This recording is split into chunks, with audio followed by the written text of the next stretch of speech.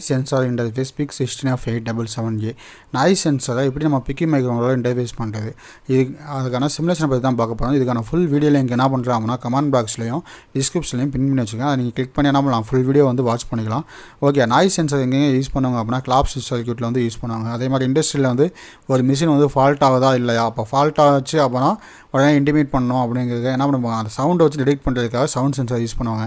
இல்லை ஒரு மிஷினுக்கு வந்து ஆயில் வந்து கரெக்டாக 1 ஹவருக்கு என்ன பண்ணுவாங்க, வந்து ஆயில் வந்து மாற்றணும். அப்படி ஆயில் மாற்றலைன்னா என்ன சவுண்ட் வந்து அதிகமாக வரும். அப்போ அதை வந்து நமக்கு இன்டிமேட் பண்ணுறதுக்காக என்ன பண்ணலாம், நாய்ஸ் சென்சார் வந்து யூஸ் பண்ணலாம். இப்போ அந்த நாய்ஸ் சென்சார் இனிஷியலாக 0 இருக்குது. நான் என்ன பண்ணுறேன், சுவிட்சை ப்ரெஸ் பண்ணால் அப்படின்னா என்ன ஆகுது, 0 அப்டேட் ஆகுது.